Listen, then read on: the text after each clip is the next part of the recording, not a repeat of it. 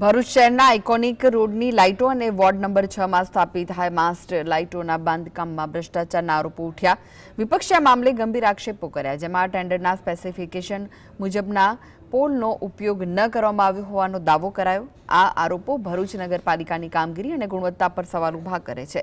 જેના જવાબમાં પાલિકા તંત્રે પોતાનું વલણ સ્પષ્ટ કર્યું તો સામા પક્ષે પાલિકા પ્રમુખ અને ચીફ ઓફિસરે વિપક્ષની રજૂઆત પૂર્વે જ આ વાત ધ્યાને આવતા જ કોન્ટ્રાક્ટર સામે કાર્યવાહી કરવામાં આવી હોવાનું કહ્યું હતું।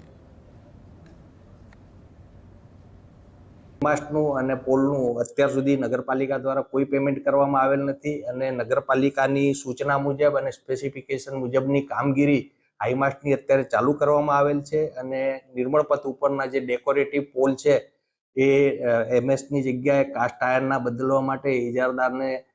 એને ઓર્ડર પણ આપી દીધેલ છે અને લગભગ 20 કે 25 દિવસની અંદર કાસ્ટ આયર્નના એ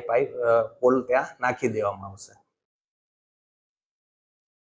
ભરૂચ શહેરમાં સાચું અને વ્યવસ્થિત જ કામ થાય, અમે કોન્ટ્રાક્ટરને જો ખોટું કામ થતું હોય તો નોટિસ પણ આપીએ છીએ, સૂચના પણ આપીએ છીએ, પણ વિપક્ષ એવું બતાવવા માંગે છે કે અમારા કહેવાથી આ લોકો કામ કરે છે અને અમારા વિરોધથી આ લોકો